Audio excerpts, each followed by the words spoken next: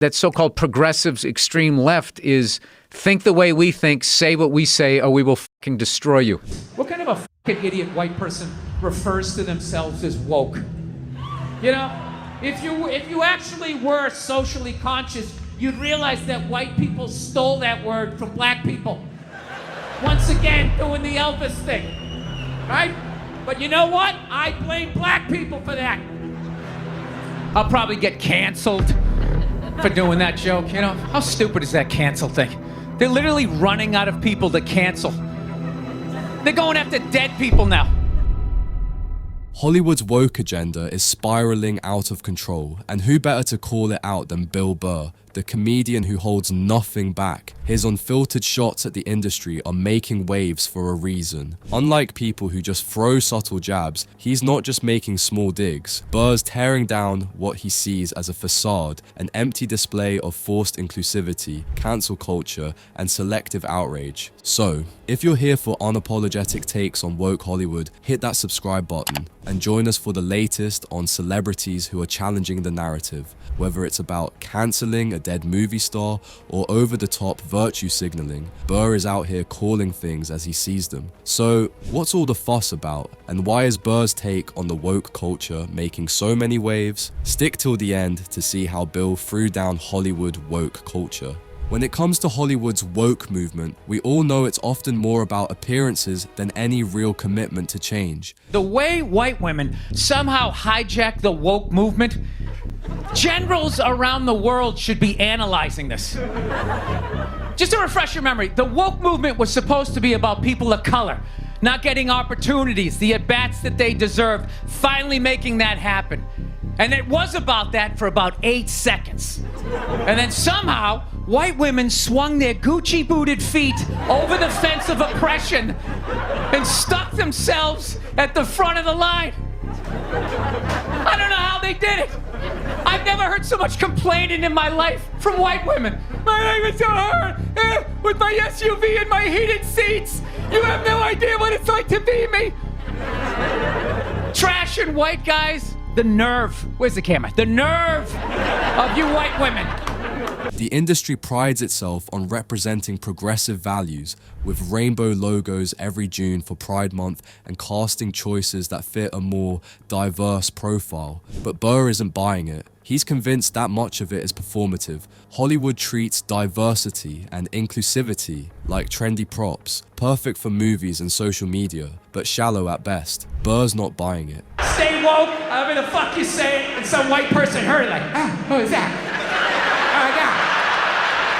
Stay woke, I want to say that. I gotta say. Burr's take on cancel culture is brutal. To him, Hollywood's so desperate to cancel someone, they're digging up decades-old interviews. It's cancelling for sport, not principle. He notes how people have dug up old interviews and outdated quotes to cancel public figures long after they're gone. Take John Wayne, for instance, a film icon who passed away over 40 years ago but found himself back in the spotlight because of comments from the 1970s. Burr finds it absurd that people would go to such lengths to cancel someone who can't defend himself. In his mind, cancelling a dead person reeks of desperation. It was this kind of hilarious moment, like last year, where they started to try and cancel like dead people.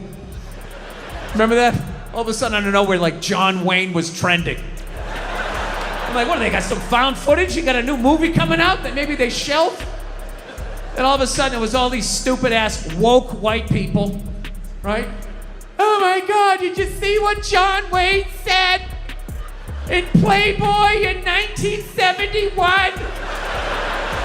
This is a bunch of white people all up in arms about a dead white guy.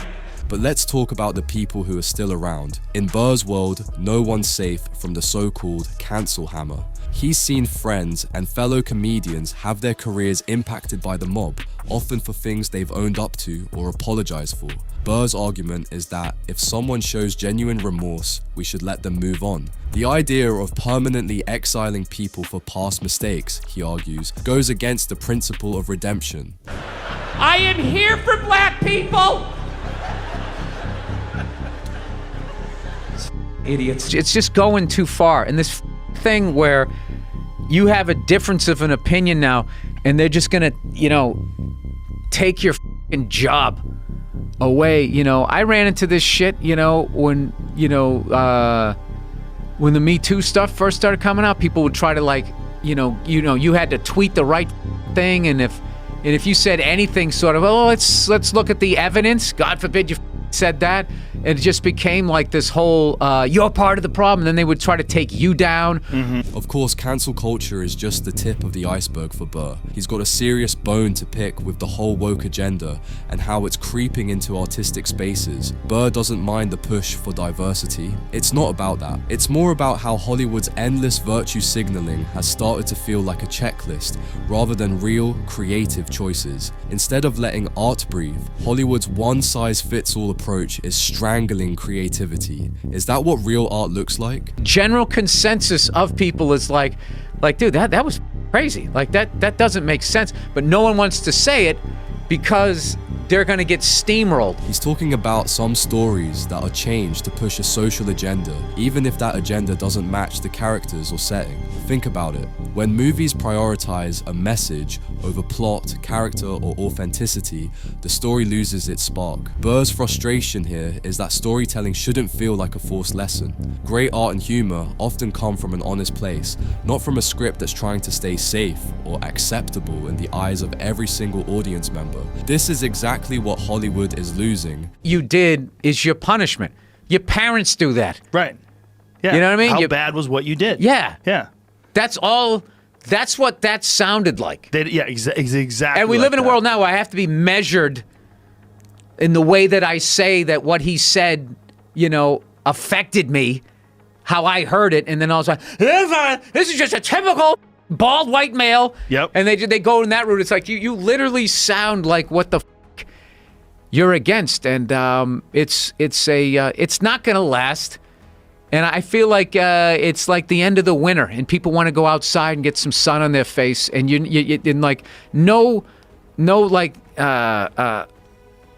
taking people by the back of their neck and shoving their face in the shit.